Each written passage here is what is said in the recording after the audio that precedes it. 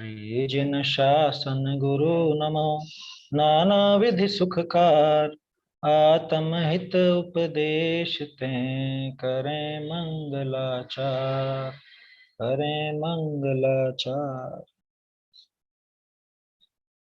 आज रविवार है और पिछले रविवार को तो ध्यान ही नहीं रहा था अपने को पाठ करने का। आज थोड़ा वापस से पाठ करेंगे, पाठ का क्रम वापस प्रारंभ करते हैं आज।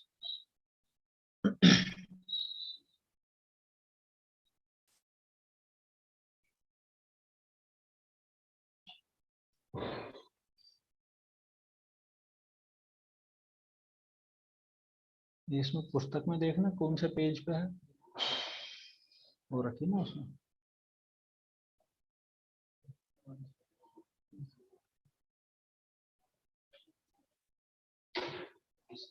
हाँ,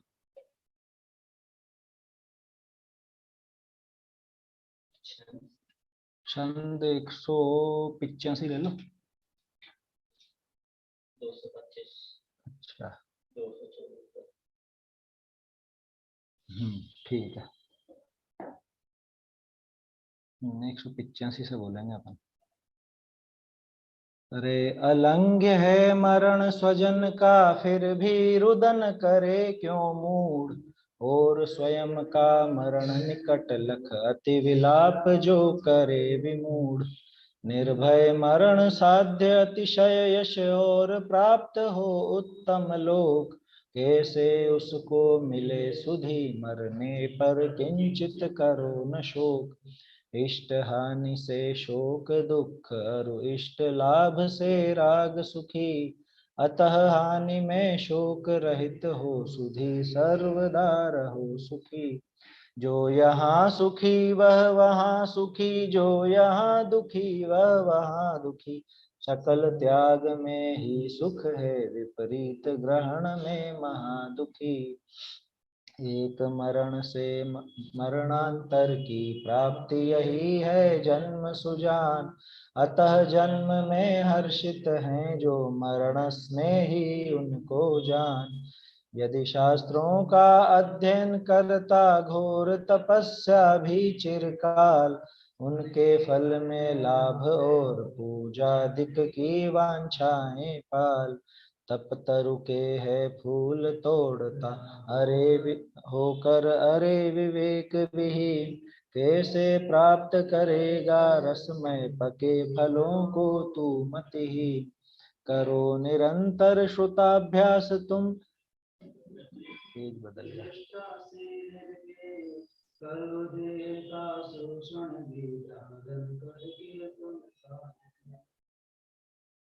एक सेकंड, पेज बदल गया।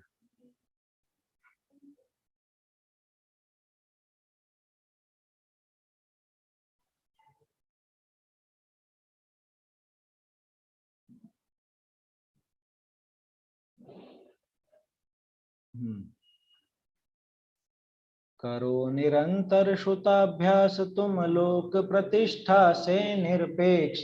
करो देह का शोषण भी, धारण करके तुम कायक क्लेश। क्योंकि महामुनि तप ऋषुत का फल कहते हैं उपशम भाव। इससे जीत सको दुर्जय शत्रु, जो विषय कषाय विभाव। लौकिक विषयी जन को लख क्यों करता, विषयों की वांछा। महा अनर्थ करे यदि अल्प होए, तो भी यह विषयेच्छा। होती रोगी को घृतमय स्निग्धादि वस्तुएं सदा असेव। जैसा दोष उसे उपजावे, अन्यों को वे नहीं वैसा खेद। अहित विषय में अनुरागी भी, प्रिय नारी तजता तत्काल। एक बार भी सुन लेता है, यदि वह उसकी खोटी चाल। दोष देखता विषयों के, भव भव में निज हित रत साक्षात। तो भी विषय रूप विष मिश्रित, भोजन को क्यों लेता स्वाद। आत्म विनाशक आचरणों से हुआ दुरात्मन तू चिरकाल। निज हितकारी आचरणों से उत्तमात्मा हो तत्काल। स्वयं साध्य परमात्म रूप होकर पाएगा केवल ज्ञान। निज से ही उत्पन्न अतीन्द्रिय सुख भोगेगा तू भगवान। इस शरीर ने बहुत भ्रमाया दास समान तुझे चिरकाल। अब तुम अनशन ऊनो दर रस त्याग विधि धारो तत्काल। तप विशेष तुम करो निरंतर आयु कर्म का हो अवसान। करो देह को क्षीण आज तुम हुए हस्तगत शत्रु समान। प्रथम देह का जन्म देह थित दुष्ट इंद्रियां चाहें अर्थ। उनसे भय अपमान कुगति यह तन परंपरा मूल अनर्थ। तन को पुष्ट करें अज्ञानी विषयों का सेवन करते। कुछ भी दुष्कर इन्हें नहीं विष से जीवन आशा रखते। वन में इधर उधर भ्रम कर फिर निकट ग्राम के बसे अहो। रात्रि काल में मृग समान तपसी कलि में हा कष्ट अहो। आज किया तप कल लुट जाए नारी नेत्र कटाक्षों से। हो विलुप्त वैराग्य श्रेष्ठ ग्रह जन्म विवर्धक इस तप से। आत्म प्रयोजन से वंचित हो त्यागी लज्जा अरु अभिमान। भव भव में दुख पाए हैं नारी के कारण तूने जान। यह तन अरु नारी जाए नहीं एक कदम भी तेरे साथ। बुद्धिमान मत करो मित्रता इस तन अरु नारी के साथ। कोई द्रव्य भी अन्य द्रव्य से प्राप्त नहीं करता एकत्व। इसी कर्म वश देहादिक रूपी से तू कर रहा ममत्व। यह तन तेरा रूप नहीं है तू इसमें आसक्त मति। अतः हुआ तो भगवन में छेदन भेदन से बहुत दुखी। उत्पत्ति है माता मरण पिता है भाई आदि व्याधि। अंत काल में जरा मित्र है तो भी आशा इस तन की। शुद्ध अमूर्तिक स्वपर प्रकाशक अशुचि किया जड़ने चेतन। इसको मलिन करे नहीं मूर्तिक अशुचि अचेतन धिक धिक तन। हाय हाय तो नष्ट हुआ इस तन से करके अतिशय राग। ज्ञान यही तन अशुचि जानना साहस है इस तन का त्याग। रोगादिक बढ़ने पर भी यति किंचित खेद नहीं करते। बढ़े नदी में नीर नाव में बैठे नर न क्षुभित होते। रोगोत्पत्ति हो तो उसका कर प्रतिकार बसो तन में। यदि असाध्य हो तो द्वितीय गति तन का त्याग करो मन में। घर जलता तो आग बुझा में रहते हैं किंतु बुझाना हो अशक्य तो बुध जन घर को तजते हैं। जैसे शिर का भार रखें कंधे पर यत्न सहित प्राणी। किंतु भार तो रहा देह पर सुखी मानते अज्ञानी। रोग शांत हो सकता हो तो करना तुम उसका प्रतिकार। यदि न मिटे तो रहो निराकुल यह उसका सच्चा प्रतिकार। जिसका ग्रहण जन्म का कारण त्याग मुक्ति कारण जिसका। वह शरीर ही त्याज्य कहा है क्षुद्र विचारों से फिर क्या। महामलिन तन फिर भी चेतन इसे दिलाता है पद पूज। एक है दुष्चरित्र इस तन का चेतन को करता अस्पृश्य। प्रथम भाग रस आदि रूप तन दूजा ज्ञानावरणादिक भाग। ज्ञानादिक गुण भाग तीसरा संसारी के तीन प्रभाग। भागत्रयमय कर्म बंधमय नित्य त्रिकाली आत्म को।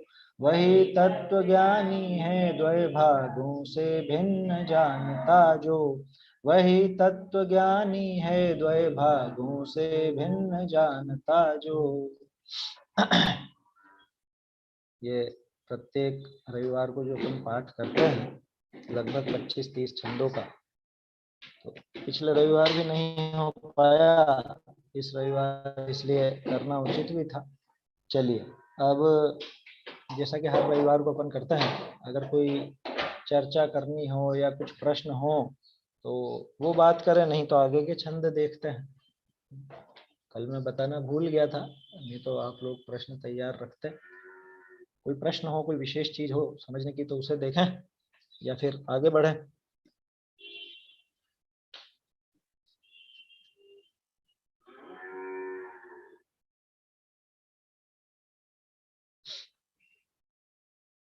चलें आगे के छंद देखते हैं, फिर किसी को प्रश्न नहीं है कुछ।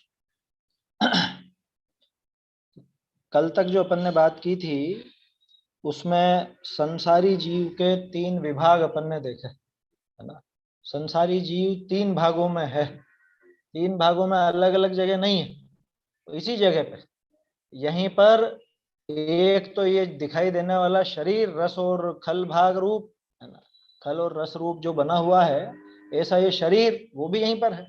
उससे और अंदर देखो, अंदर का मतलब शरीर के अंदर नहीं बल्कि यहीं पर एक कार्मण शरीर मौजूद है, वो कर्मों से बना हुआ।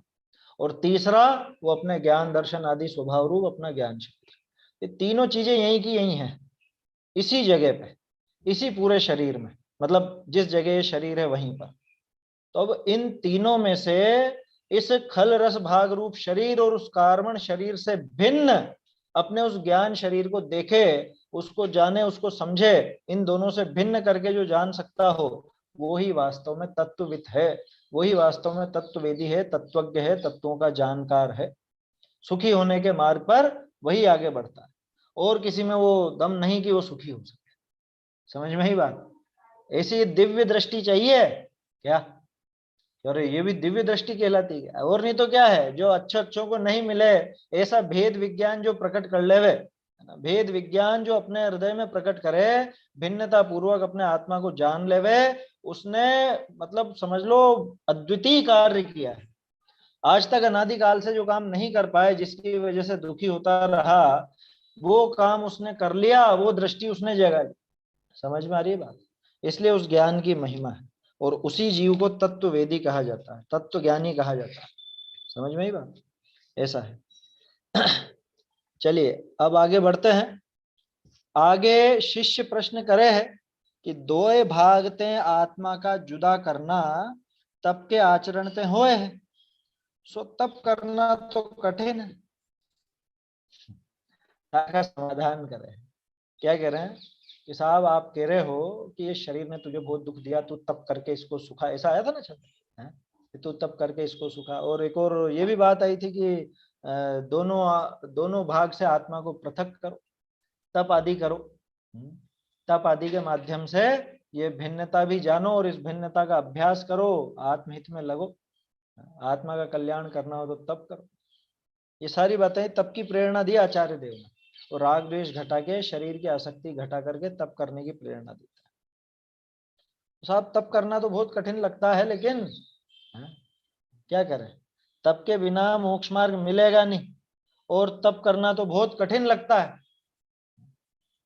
असल में उसकी निगाह कहाँ पे है, उसकी निगाह वो बाहरी शारीरिक क्रियाओं पे। तो साहब 10 उपवास मुझसे कैसे होंगे, या आज के दिन भी उपवास कैसे होगा, कठिन बहुत है, बहुत मुश्किल लगती है, नहीं होता, नहीं रहा जाता हमसे। तो ये विशेष तप ऐसे ऐसे नहीं कर सकता। तो आचार्य देव उसका अल्टरनेट बता रहे। देखो गुणभद्राचार्य की विशेषता रही है शुरू से, उन्होंने अपने को उसका एक विकल्प हमेशा दिया। जैसे शुरू में भी कहा था ना, ये घबरा मत, हम तेरी सुकुमार क्रिया करेंगे, तो तुझसे विषय भोग नहीं छूटते, तो भोग विषय भोगों, लेकिन हम जो कह रहे हैं उस तरह से, जिस तरह से हम बता रहे हैं उस तरह से धर्म का आचरण भी साथ के साथ करता है। ये पूरी प्रेरणा देते गए हैं। ऐसे ही यहाँ पे कह रहे हैं, आप क्या कह रहे हैं, देखो छंद देखते हैं। करोतु न चिरम घोरम तपः क्लेशा सहो भवान, चित्त साध्यान कषायारीन न जयेद्यत्तदज्ञता। करोतु न चिरम घोरम तपः क्लेशा सहो भवान, चित्त साध्यान कषायारीन न जयेद्यत्तदज्ञता घोर तपस्या नहीं करे यदि कष्ट सहन असमर्थ सुजान चित्त साध्य इन रिपु कषाय को नहीं जीतता तो अज्ञान। क्या कह रहे हैं कि करो तू न चिरम घोरम, मत कर तू तो, है ना, चिरकाल तक और बहुत घोर तप मत कर।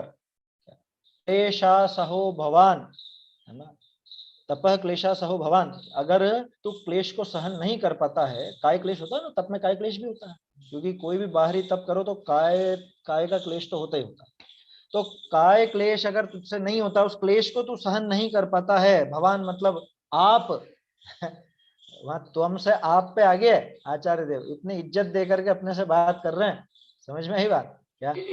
अरे भाई साहब, आपसे अगर ये तप नहीं होता हो, आप इस क्लेश को सहन नहीं कर पाते हो, आपको कष्ट लगता हो इसमें, कोई बात नहीं, मत करो, छुट्टी, कुछ नहीं करना है, शारीरिक क्रिया कुछ नहीं करनी कि हाँ मत कर, लेकिन चित्त साध्यान कषायारीन न जयेत तद अज्ञता। क्या कह रहे हैं? लेकिन ये जो चित्त साध्य है, कौन है चित्त साध्य? कषाय अरि, अरि माने शत्रु, कषाय रूपी शत्रुओं को तो जीत, भाई कषाय शत्रु को तो जीत तू, क्योंकि मुख्य काम तो यही है। देखो वो तप वगैरह भी कोई मुख्य क्रिया थोड़ी ना, ऐसा कोई नियम नहीं है कि तप करने पे ही आपको मोक्ष मिलेगा, बिना तप करे मोक्ष होगा ही नहीं, क्योंकि ऐसा नियम होता तो भरत जी मोक्ष नहीं जा पाते। उनके कौन सा बाहरी तप नजर आया? अंतरंग तो था, बाहरी तप कौन सा नजर आया उनके? और वैसे भी असली तप तो वो ध्यान है ना, जो तपसा निर्जरा च, तप से निर्जरा बताई जाती है, उसमें मुख्यतः ध्यान की, तो ध्यान वो असली तप है ना। और ये बाहरी तप क्या है फिर? ये बाहरी तप उसके साधन है, उसको साधने के लिए ही है। भाई स्वाध्याय व्युत्सर्ग ध्यान ये मुख्य मुख्य तप यही है, तो व्युत्सर्ग और ध्यान में और विशेष भी अंतर लोग है। तो मोक्ष गए हैं, तो ये हर जगह हाँ, भरत का ही नाम क्यों लिया जाता है? भरत के अलावा और भी तो बहुत सारे लोग मोक्ष गए हैं। उनकी वो जो चर्या है उसमें तप, बाहरी तप नजर नहीं आता, इसलिए इसलिए उनका उदाहरण लिया है। क्योंकि अपन बात ये कर रहे हैं अभी कि भाई तप से ही अगर मोक्ष होता हो तो भरत जी को नहीं होता फिर, लेकिन भरत जी के बाहरी तप तो नजर नहीं आया, अंतरंग तप तो था, अंतरंग तप की बात नहीं कर रहे। लोगों को तप का नाम लेते ही बाहरी क्रिया नजर आती है, इसलिए वो उदाहरण लेना पड़ता है, क्या करें। तब कहते ही आपके दिमाग में पहला चित्र क्या बनता है? और भयंकर गर्मी में पहाड़ पे तप कर रहे हैं, भयंकर सर्दी में नदी किनारे तप कर रहे हैं, या और तरह तरह का काय क्लेश, इतने उपवास, इतने व्रत, इतने वो है, यही नजर आता है ना। कभी भी स्वाध्याय ध्यान ये नजर आएगा तब कहते से ही? तब कहते से ही अपने दिमाग में अगर ये चित्र बन जाए तो आचार्यों को इतनी बात ही नहीं लिखनी पड़े। तब कहते ही हमारे दिमाग में बाहरी तप की मुख्यता हो जाती है, तब कहते से वो चित्र बनता है कि अच्छा इतने उपवास करे, अच्छा इतना तप किया, ऐसा किया वैसा किया है, उसी को तप समझते हैं। आज तो कर रहे होंगे सभी, तपस्वी होंगे आज तो, है चतुर्दशी का क्या उपवास करो तो अच्छा, नहीं करो तो भी कोई ऐसा नहीं है कि वो अधर्मात्मा हो गया, पापी हो गया। वहां पे अगर आप वो भूखे रह करके भी और कषायें बढ़ती हो तो वो किसी काम का नहीं है, पक्का मान। अनंत चतुर्दशी अपना नाम है ही नहीं, अपने ग्रंथों में नाम भी नहीं मिलता। अनंत चतुर्दशी पूरा भारत में छुट्टी मनाई जाती है, अनंत चतुर्दशी तो अन्य लोगों का भी पर्व कहलाता, मालूम आपको? किसी से भी पूछ लेना सरकारी विभाग में, अनंत चतुर्दशी की छुट्टी है, तो अनंत चतुर्दशी वो जैन होते तो वो मानते क्या है? समझ में ही बात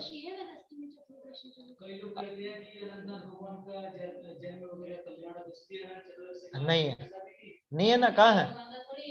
अनंतनाथ भगवान का कुछ भी नहीं है, है? हाँ तो वासु पूज्य जी के नाम पे क्या है? आज कुछ भी नहीं है। वो तो जाने क्यों, ये तो नाम चल गया तो करने लगे, वो अलग बात है, वो अलग किस्सा है ना। असल में हिंदुओं में मान्यता है, वो गणेश जी को अनंत के नाम से भी जाना जाता है, और वो अनंत फलदायी है उनका ये व्रत, चतुर्दशी के दिन ये करते होंगे जो वो भी, तो ऐसा उनके यहाँ पे कथन है, तो उसका नाम अनंत चतुर्दशी है। उन्हीं के देखे देख हमने भी सोचा कि शायद हमारा हमारा नाम है अनंत चतुर्दशी, ये दिमाग से निकाल देना, समझ में ही बात। अनंत चतुर्दशी अपने शास्त्रों में कहीं पे नाम नहीं आया। मूल ग्रंथों की बात कर रहा हूँ, अभी अभी 100-200 साल की बात नहीं कर रहा, क्योंकि अब तो पूजाएं भी बन गई और चीजें भी हो गई। चतुर्दशी है, 10 लक्षण की चतुर्दशी है। आया समझ में? अंतिम दिन है अपने तो 10 लक्षण का। अभी तो 16 कारण पूरे होंगे जब तो वो क्षमा होनी आएगी। एकम के दिन 2 दिन तक और चलेंगे, पर खैर वो सारी दूसरी बात है। मैं तो ये कह रहा हूं कि आज तो विशेष सभी तप करते हैं। विशेष करते हैं ना आज तो। विशेष रूप से माने क्या, कि जिनको साल भर में रात्रि भोजन भी नहीं छूटता हो, जिनको साल भर में बाजार का अभक्ष्य पदार्थ खाना भी नहीं छूटता हो, जमीकंद आदि भी नहीं छूटते हैं, वो भी आज के दिन तो तप करते हैं। मुझे ये बताओ, उनका वो तप क्या फलदायी है क्या? वास्तव में गंभीरता से विचार करो, शांत मन से, है ना? क्या फलदायी होगा उनको? उसको मालूम ही नहीं है कि कौन है ये तप करने वाला, कौन करता है कौन नहीं करता है, इसका क्या फल है, किस तरह से किया जाता है, ये पता ही नहीं। पूछो उनसे उपवास की परिभाषा क्या है, कि कुछ नहीं, आज खाना नहीं खाना है, बस हो गया उपवास है। अरे कषाय विषयाहारो त्यागो यत्र विधीयते उपवास विज्ञेय शेषम लंघनकम विदु। ये याद करना, ये कषाय विषय और आहार, ये तीनों का त्याग होता तब जाके उपवास होता। अब वो तो मालूम ही नहीं। इधर तो कषाय भड़कती कितनी बज गई, अभी 12 ही बजी है, अभी 1 ही बजी है, अरे बहुत भूख लग रही है, हैं? ये मम्मी पापा यूं ही पीछे पड़ जाते हैं जबरदस्ती, आज उपवास करो उपवास करो। अब वो उसको देखो, नव युवक है ना, धर्म से नहीं जुड़ने का एक कारण ये भी है कि उनके माँ बाप उनको खींच करके करवाते हैं वो क्रिया। समझ में आ रही है बात? खींच करके करवाते हैं। उनको समझ में आता है नहीं कुछ भी, और ये तो नहीं तुम तो करो। अरे क्यों करना है, क्या करना है, उसका कारण क्या है वो तो बताओ। मैं उपवास करने की मना नहीं कर रहा हूं, ध्यान रखना। समझ में आ रही है बात? लेकिन क्या है उपवास की विधि, क्या तरीका है उपवास का, क्यों किया जाता है? उपवास इसलिए किया जाता है कि भाई ये जो भोजन आदि में समय बिगड़ता था, वो विकल्प उठते थे, वो सारे विकल्पों को छोड़कर वो समय बचाकर हम स्वाध्याय और ध्यान में लगा, ये प्रयोजन है उसका। समझ में आ रही है बात?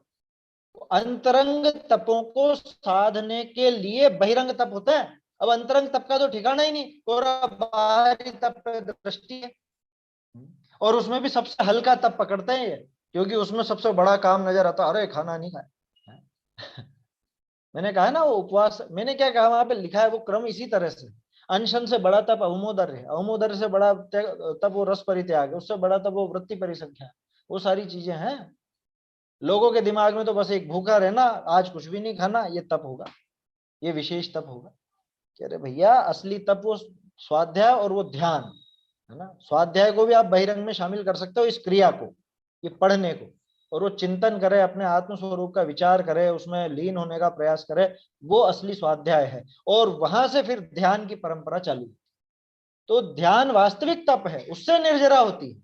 और उस ध्यान की सिद्धि के लिए ही ये उपवास और अवमोदर्य और रस परित्याग, ये सारी की सारी चीजें उस ध्यान की सिद्धि के लिए थी। अब ये बताओ ध्यान हो रहा है कि नहीं हो रहा है? अगर वो ध्यान नहीं हो रहा है तो इस तप का क्या फायदा? तो क्या कह रहे हैं आचार्य देव, कि तुझसे वो क्लेश सहन नहीं किया जाता तो मत कर, कोई चिंता की बात नहीं। लेकिन इन कषायों को जो जीतने काम है वो तो मन से हो जाता है ना, चित्त साध्य है ना ये तो। इसमें कौन सा तुझे रोटी छोड़नी पड़ेगी, ये बताओ? क्रोध मान माया लोभ आदि कषायों को जीतने के लिए, उनसे भिन्नता, अपनी जो है अपने स्वरूप की जो भिन्नता है, उस भिन्नता को समझने के लिए, इसके लिए कोई रोटी छोड़ने की आवश्यकता है? यह रस परित्याग की आवश्यकता है। ध्यान रखना, एक भी तप की मना नहीं कर रहे हैं। यहाँ आचार्य देव इसको सरल उपाय बता रहे हैं। आचार्य ने खुद नहीं लिखा क्या, कि अगर तुझसे क्लेश सहन नहीं होता है, तुझसे भूखा नहीं रहा जाता, भूखे रहने पे तेरा पित्त बढ़ जाता हो, तेरे विकार बढ़ जाते हो, कुछ और चीजें ऐसी हो जाती हो, शारीरिक स्थिति गड़बड़ा जाती हो, मत कर, मत चिंता कर, है ना? क्योंकि जरूरी नहीं है ना सबके एक जैसा शरीर है, असता के किसके कैसा उदय है। क्योंकि अधिकांश लोगों के ऐसा देखा जाता है कि भूखे रहने पर पित्त बढ़ जाता है, पित्त बढ़ता है तो बहुत आकुलता व्याकुलता होती है, तो फिर न स्वाध्याय हो पाती न ध्यान हो पाता है। तो ऐसा काम नहीं करना भैया, है ना? आपसे सधता हो, जितना सधे उतना कीजिए शक्ति प्रमाण। समझ में ही बात? शक्ति प्रमाण करना, अपनी शक्ति को देख करके वो नियम लेना, और उसके बाद भी अपना वो तप उससे सध जाए, असली तप सध जाए, है ना? ध्यान का, स्वाध्याय का, व्युत्सर्ग का वो तप सध जाए तो वो काम करना। नहीं सधे, उल्टा विकार बढ़े, कषाय बढ़े, तो मत करना। अगर भूखे रह करके उपवास करके आपके क्रोध भड़कता हो, कषाय भड़कती हो, ऐसा काम मत करना। भूखे रहोगे और दिन भर सोओगे, ऐसा काम मत करना, कोई फायदा नहीं है, उल्टा पाप बांधेगा, निश्चित कह रहा हूं, उल्टा पाप बांधेगा। आप सोचो थोड़ा बहुत पुण्य तो लगेगा, नहीं लगने वाला। शरीर की क्रिया से पुण्य और पाप है क्या? है? शरीर की क्रिया से पुण्य और पाप होता तो फिर ये तो बेचारे जानवर, तो इनके तो अक्सर उपवास का फल लगता रहता, इनको तो जबरदस्त पुण्य बंधता रहता, कहाँ मिलता है खाने को? समझ में आ रही है बात? तो शरीर की क्रिया पे दृष्टि मत रखो, क्योंकि शरीर का कोई लक्षण नहीं है धर्म, शरीर में कोई धर्म नाम का गुण नहीं। वो धर्म जहां प्रकट होता है वो चारित्र गुण, उस चारित्र गुण की पर्याय में वो धर्म प्रकट होता है। वो चारित्र गुण आत्मा का है, ना कि शरीर का। और इसके दिमाग में तो शरीर की क्रिया भरा रही है तप के नाम। यहाँ आचार्य देव कहते हैं कि अगर तुझसे वो क्लेश सहन नहीं होता है, अगर तुझे उसमें समस्या हो, अगर कोई दिक्कत हो, तो मत कर, ना करो तू, ना करो तू, चिरम घोरम तप क्लेशा सहो भवान। आया समझ में? लेकिन चित्त साध्यान कषायारीन, न जयत की बात तो बाद में करेंगे, पहले जयत वाली बात लेंगे अपन। लेकिन तू चित्त साध्य जो कषाय हैं, ये कषाय किनके द्वारा जीते जानी है? कषाय अरीन, अरी मतलब शत्रु। ये कषाय रूपी शत्रु जो हैं, ये तो तेरे चित्त से ही जीती जानी है ना, मन से ही जीती जानी है ना। इसमें तो तुझे कोई दौड़ नहीं लगानी है इधर उधर, इसमें तो कोई भूखा रहने की बात नहीं है, इसमें तो कोई रस परित्याग की या काय क्लेश की या वियुक्त शय्यासन वगैरह वो सारी बातें तो नहीं है। ये तो मन से जीतनी है तुझे, तो इनको तो जीत। लेकिन अगर वो बाहरी तब भी नहीं करता और इधर कषायों को भी नहीं जीतता, तो फिर तो एतदज्ञता न जयेत तेतदज्ञता, कि अगर वो नहीं जीतता इनको कषायों को भी, भाई तुझसे अगर भूखा रह करके कषायों से जीता, कषायों को जीता जाता हो तो भूखा रहे, अगर बिना भूखा रहे तू कषायों को जीत ले तो बिना भूखा रह करके तू कषायों को जीत, लेकिन कषायों को जीत तो सही। और अगर कषायों को नहीं जीतता तो ये तेरी अज्ञता है, ये तेरी अज्ञानता है। तो स्वच्छंदी हो गया, अरे क्या होता है शारीरिक क्रिया से, क्या होता है? कुछ भी नहीं होता। ठीक है वो बात, कुछ भी नहीं होता, लेकिन तू मन से तो कषायों को जीत ले। और कषायों को भी नहीं जीतता और उस क्रिया को भी, खैर वो क्रिया तो यूं भी फलदायी नहीं होती इसको, है ना। उन कषायों को अगर नहीं जीतता है किसी भी तरह से, तो ये इसकी अज्ञानता है ना। मुख्य रूप से तो अपने साथी मुनिराजों को ही उन्होंने उपदेश दिया, लेकिन हमें भी ये ग्रहण करने लायक है क्या कि भाई हम भी वो कषायों के नाश पर जोर दें। दशलक्षण पर्व बनाए ना, तो दशलक्षण पर्व मनाते हैं हर साल, तो वो कषायों में उत्तरोत्तर कमी हो रही है कि और बढ़ते जा रहे हैं। तो क्रोध मान आदि ये कहीं मान तो नहीं चढ़ रहा है ऐसा? कह रहे हम विशेष धर्मात्मा, हम विशेष तपस्वी, ऐसा मान चढ़े, ऐसा काम नहीं करना कभी भी।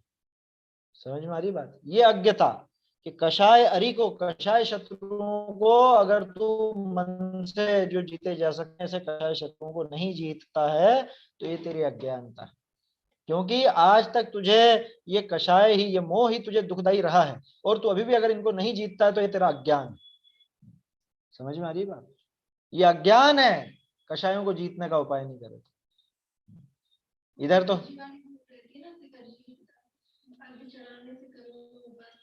हाँ हाँ हाँ, पढ़ने से नहीं होता है, वो वास्तव में वो उसके प्रति भक्ति भाव बढ़ाने के लिए ऐसा लिखते हैं। हाँ करोड़ों उपवास का फल कैसे मिलेगा? कि उपवास का फल वास्तव में क्या है? कषाय विषय और आहार का त्याग, ये उपवास का स्वरूप है। कषायों का त्याग हो, विषय भोगों का त्याग हो, तो अपने आप ही वो तो महिमा बताने के कह देते हैं कि इतने उपवास का फल, तो एक उपवास हो कि अनंत उपवास हो, एक जैसे ही फल है उनका। कषाय और विषय और साथ में आहार, इन तीनों का त्याग होता है, वहां जाकर के उपवास कहलाता है। अभी तो वो बाहरी उपवास की भी समझ कहाँ है लोगों को, लेकिन बाहरी उपवास भी पानी पी के कर लेंगे, नारियल पानी पीकर कर लेंगे, और काम करके कर लेंगे। उपवास का स्वरूप ध्यान में कहाँ है वहां? अगर उपवास का स्वरूप ख्याल में होता तो ऐसी विपरीत प्रवृत्तियां नजर नहीं आती। समझ में आ रही है बात? श्री मोक्षमा तो वो जो प्रकाशक जी में टैग किया है ना ये वाला सूत्र 231 पेज पे, यही कषाय विषय कषाय विषय आहार त्यागो, हाँ 230 31 पर, हाँ 231 पर ही होगा, सही है। रत्नकरण शावकाचार में भी ये छंद आता है ना, दोनों जगह आता है। तो मूल में किसका है ये हमने खूब ढूंढा लेकिन मिला नहीं, है तो अपने ही ग्रंथों का। अब वो कभी देखने को आएगा तो पता चलेगा, लेकिन है पक्का नहीं, है ना। अब वो तो जब कभी देखने में आएगा, पढ़ने को मिलेगा तो पता चलेगा। हाँ, इच्छा निरोध तप धौला का है। तो वास्तव में जो तप की भावना है कि तुझसे बाहरी क्लेश नहीं सहा जाता हो तो तू बाहरी कष्ट मत उठा, मत कर बाहरी तप, लेकिन तू मन से इन कषायों को तो जीत। तू इन कषायों को भी नहीं जीतता तो ये तेरी अज्ञता है, ये तेरा अज्ञान है, ये तेरा खोटा कार्य है। इसलिए मुख्य उद्देश्य क्या होना चाहिए हमारा, भाई हम वीतरागता के उपासक हैं ना, जय जिनेन्द्र कहते हैं, अरहंतों को नमस्कार करते हैं, साधुओं को हम इसीलिए नमस्कार करते हैं कि वो वीतरागता के मार्ग पर आगे बढ़ रहे हैं। तो हमें उस वीतरागता की तरफ आगे बढ़ना है, वीतरागता को प्राप्त करना है। वीतरागता माने वो राग द्वेष आदि कषायों का अभाव। कषायों को तो जीतो, कैसे भी करके इस मन से कषायों को जीतो। ये तो चित्त साध्य है ना, ये तो शरीर साध्य नहीं है। शरीर के साधना से थोड़ी ना कषाय जीती जाती। ऐसा है क्या कि मैं इतने दिनों तक भूखा रह करके क्रोध को जीत लूंगा, ऐसा कोई है, गारंटी है कुछ इस तरह?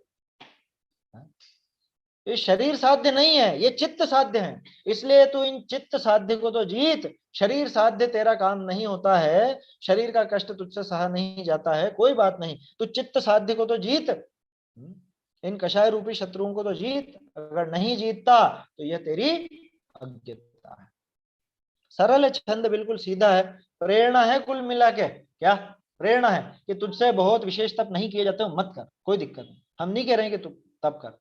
अच्छा, गजब की बात है, मुनिराज के 28 मूल गुणों में तप का नाम लिया है क्या? बाहरी तप का नाम लिया क्या कहीं पर? नहीं है, ये अनिवार्य नहीं है। मुनि होने के लिए ये बाहरी तप वास्तव में अनिवार्य नहीं है। जो जो अनिवार्य है वो 28 मूल गुण में शामिल है। 5 महाव्रत होंगे, 5 इंद्रिय जय होगा, हालांकि उन सब में थोड़ा बहुत तप शामिल हो ही जाता है, लेकिन तो भी बाहरी तप आप जिसको कहते हो कि अनशन करना तो जरूरी है मुनिराज को, ऐसा कोई नहीं है। कहाँ? वो सामान्य है, संयम तप और दान वो सामान्य है, वो मुनिराज जैसे नहीं। वो 12 प्रकार का जो तप दिखाया, ऐसी अनिवार्यता नहीं है मुनि बनने में।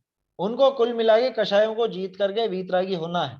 अब वो किसी भी तरह से वो आत्मलीन हो और कषायों को जीते, ये उनका मुख्य कार्य है। बाहरी तप की कोई अनिवार्यता नहीं होती तो वही भरत जी कहाँ जाते, फिर भरत जी कैसे मोक्ष जाते? देखो अर्थ पढ़ता हूं। जो तू क्लेश सहवे को असमर्थ है, चिरकाल दुर्धर तप न करे, तो मन ही करी जीते जाएं, ऐसे क्रोध मान माया लोभ बेरी, तिनको तो जीत, और न जीते तो बड़ी अज्ञानता है। क्या कषाय जीतवे में तो काय क्लेश नाही, मन ही की सुल्टन है। कितनी बढ़िया बात की है टोडरमल जी ने। भाई कषाय जीतने में तो कोई काय क्लेश होता नहीं। कषायों को जीतने में किस बात का काय क्लेश है? कोई शारीरिक तकलीफ आ रही है कि आपको वहां गर्मी में पहाड़ पे चढ़ोगे तभी जाके क्रोध का अभाव होगा, है कि सर्दी में नदी किनारे जाओगे तभी जाके मान का अभाव होगा, ऐसा लिखा है क्या? इसमें तो कोई तुझे काय के क्लेश उठाने की जरूरत नहीं है, मन ही का सुलटना है। मन सुलटेगा तो ही कषायों को जीत लेगा तू, मन के सुलटने मात्र से कषायों को जीत लेगा। समझ में आई बात? ऐसी विशेषता है यहाँ। तो इसलिए यहाँ स्पष्ट कह रहे हैं कि तू इन कषायों को जीत रहे भैया, तू ये काय क्लेश मतलब शरीर की क्रिया पर ध्यान इतना मत दे जितना कि कषायों को जीतने पर तेरा ध्यान होना चाहिए। क्या कहते हैं कि ये जो मन के द्वारा ही जीते जाएं, ऐसे क्रोध मान माया लोभ बेरी, इनको तो तू जीत। बाहर का काय क्लेश तुझसे नहीं होता वो मत कर, कोई दिक्कत नहीं। और ना जीते तो ये तेरी बड़ी अज्ञानता है। कषाय जीतवे में तो काय क्लेश नहीं, कषाय जीतने में कोई काय क्लेश नहीं होता, सिर्फ मन का सुलटना होता है।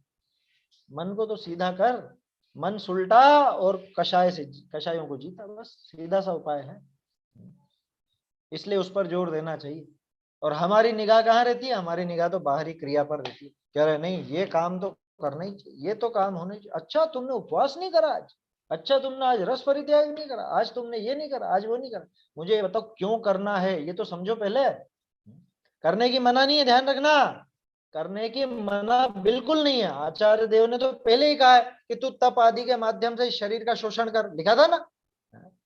और अब क्या कहते हैं कि कोई बात नहीं, अगर तुझसे वो कष्ट सहन नहीं होता है, क्लेश सहन नहीं होता, मत कर, लेकिन कम से कम कषायों को तो जीत, क्योंकि उपवास आदि के माध्यम से भी इन्हीं का काम किया जाना था। दोनों तरीके थे, या तो तू उपवास आदि बाहरी तप करके कषायों को जीत, और अगर वैसे भी नहीं जीतता तो भी तू मन से जीत, बाहरी काय क्लेश नहीं होता है तुझसे, कोई बात नहीं, मन से जीत ले। भावार्थ, शरीर के क्लेश करी तप को तू कठिन जाने है, और दुर्धर तप न करी सके तो मन वसी करी कषाय ही क्षीण पाड़। कषाय जीतवे में काय क्लेश नहीं, मन ही का कारण है, एक कषाय जीव के शत्रु। इतना सीधा सरल भावार्थ कर दिया। अच्छा देखो, लोग क्या बहाना बनाते हैं, अरे साहब चौथे काल में क्या विशेष सहनन होता था जीव का, तो वो कर लेता था। अब हम तो कर ही नहीं सकते, हम तो पंचम काल के जीव हैं, हमारा शरीर भी कमजोर है, हमसे इतना उत्कृष्ट तप नहीं होता है, हम कैसे ऐसा तप करें। तो वो अपने लिए ही कह रहे हैं कि तुझसे नहीं होता है, तू तो इतना तो कर कि मन से इन कषायों को जीत ले। क्यों? क्योंकि कषायों को जीतने में शरीर के क्लेश की कोई आवश्यकता ही नहीं है। कषायों को जीतने में तो मन का काम है, मन का कार्य मुख्य है। और तू संगी पंचेंद्रिय है, तो मन तो तुझे मिला ही है, और मन को इधर उधर नहीं भटका करके एक जगह लगाना, ये भी तुझे आना चाहिए। नहीं आता है तो आना तो चाहिए। जो तू मन को इधर उधर डोलाता रहता है ना, और इधर उधर के विषय भोगों में लगाता है, वहां से समेट करके अपने आत्म स्वरूप को जानने में तो लगा, इन कषायों का नाश करने में तो लगा। बोलो किस चीज की आवश्यकता है कषायों का नाश करने? तो काय क्लेश, काय क्लेश, न कि कषाय क्लेश। तो काय क्लेश तो काय का साधन है, समझ में आ रही है बात? उससे कषाय नष्ट हो ही जाएं ऐसा नियम तो नहीं, लेकिन कषायों को घटाना ये वो अंतरंग तप से स्वाध्याय व्युत्सर्ग ध्यान आदि से संभव है, तो वो उपाय करने में लगना चाहिए। समझ में आई बात? और जिससे वो काय का क्लेश भी हो सके तो करो, कोई मना थोड़ी ना, उसी कोई मना नहीं है। लेकिन किसकी महत्ता है ये दिमाग साफ कर लेना एक बार। क्या हमारे जीवन में महत्व किस बात का है? अरे एक उपवास, दो उपवास, तीन उपवास, 10 उपवास, ये महत्वपूर्ण है कि वो उसने चाहे थोड़ा सा खाया लेकिन दिन भर स्वाध्याय और ध्यान, स्वाध्याय ध्यान, स्वाध्याय ध्यान इसमें लगा रहा। बोलो कौन है विशेष? किसने विशेष धर्म साधा? मैं 10 दिन का उपवास करूं और पलंग पर पड़ा रहूं, इसमें धर्म साधा? कि और ज्यादा वो कषाय अंदर भड़क रही है कि अरे कब 10 दिन पूरे होंगे, बस अब नहीं रहा जा रहा है। पहले सुनाया था ना किस्सा, हमारे यहाँ का ही किस्सा था। वो बेटी मतलब 20 साल की होगी, 20-22 साल की उनकी। अब वो तो लेकर के निकल रहे, और वो रोते रोते एक एक कदम रोते रोते आगे बढ़ा रही। क्यों रो रही? अब बहुत तकलीफ हो रही, हाथ पैरों में ताकत बिल्कुल भी नहीं है ना। और वो तो रोए जा रही, और कि चल चल चल बैठ, वरघोड़ा निकालेंगे, वरघोड़ा निकालेंगे। पूरे नगर में उसको घुमाया, उसके बाद फिर उसको खिलाया पिलाया, जो भी कर। ऐसी स्थितियां होती।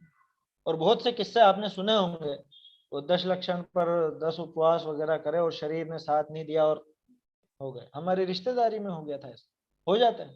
तो भैया शरीर से सधे उतना काम करना, क्योंकि शरीर के नाश में धर्म नहीं है, कषायों के नाश में धर्म है। समझ में आ रही है बात? ये सब तो ध्यान रखना, श्वेतांबर फिर समाज में चेतावनी करते देता हैं, हूँ, उपवास आदि के श्वेतांबर लिए में कोई करते हैं बात ये नहीं सब, है? श्वेतांबर समाज में करते हैं अरे ये सब। श्वेतांबर क्या, अपने दिगंबरों में भी कमी नहीं है, कोई कमी नहीं है दिगंबर में भी। श्वेतांबर भी करते हैं, दिगंबरों में भी कोई कमी नहीं है। हमारे यहाँ तो हर साल कोई ना कोई 10 उपवास वाला होता ही होता है। बहुत धार्मिक नगरी है साहब हमारी, ऐसी कोई विशेष बात ये नहीं। तत्वार्थ आया समझ सूत्र में? में 2 हर साल लाइनें आपको हैं, मिल जाएंगे। इसका अर्थ क्या है? पढ़ूं? इनका हाँ पढ़ो, आप पढ़ो। दशाध्याये परिच्छिन्ने तत्वार्थे पठिते सति फलम हाँ स्वादुपवासस्य भाषितम मुनिपुंगवे। हाँ।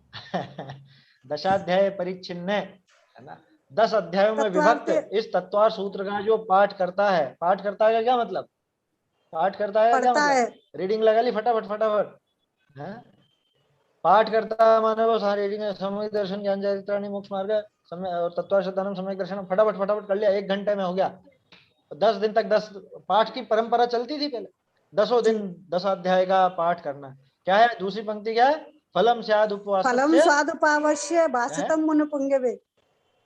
फलम हाँ, कितने स्वादुपवास्य कितने उपवास का? भाषितम मुनिपुंगवे। हाँ, कि उपवास का फल लगता है उसको।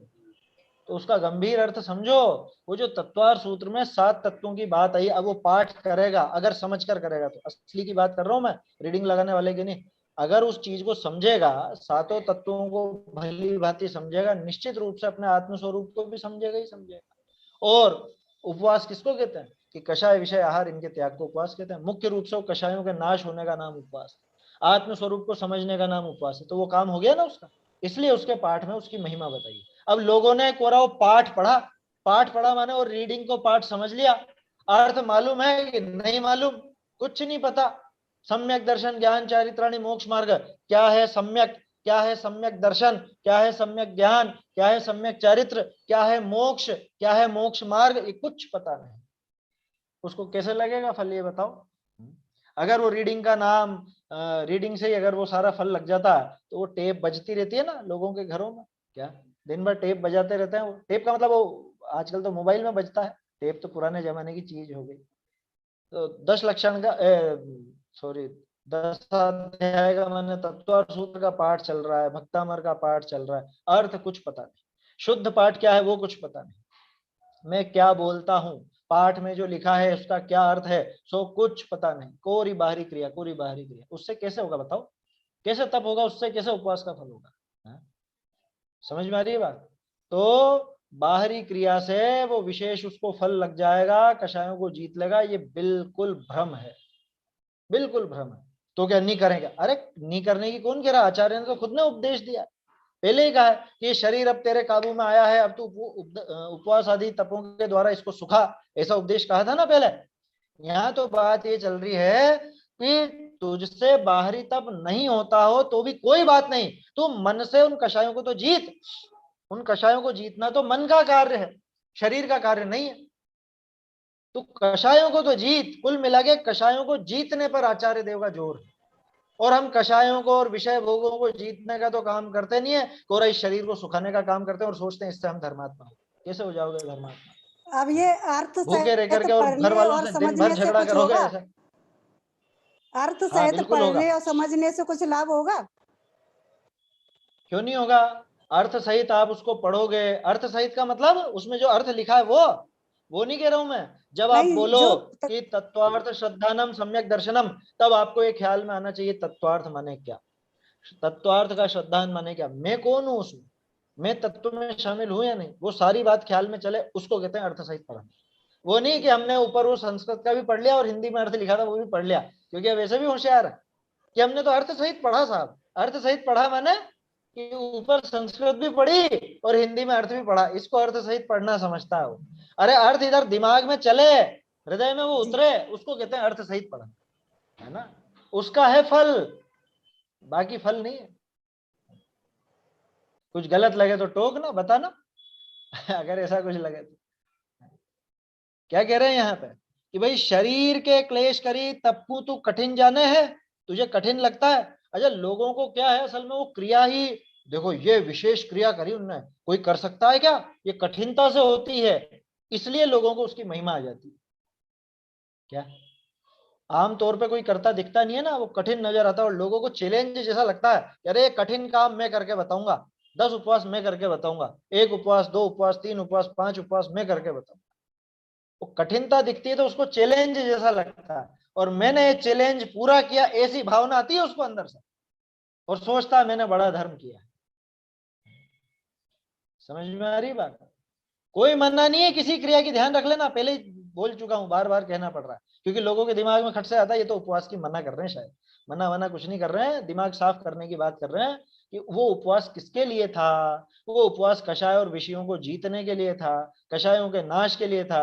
अब तू कषाय और विषयों के जीतने पर तो ध्यान देता नहीं है, कोरा शरीर को सुखाने पे ध्यान देता है, ऐसे काम चलने वाला नहीं, ऐसे कोई तप का फल लगने वाला बिल्कुल भी नहीं है, ये पक्का मान।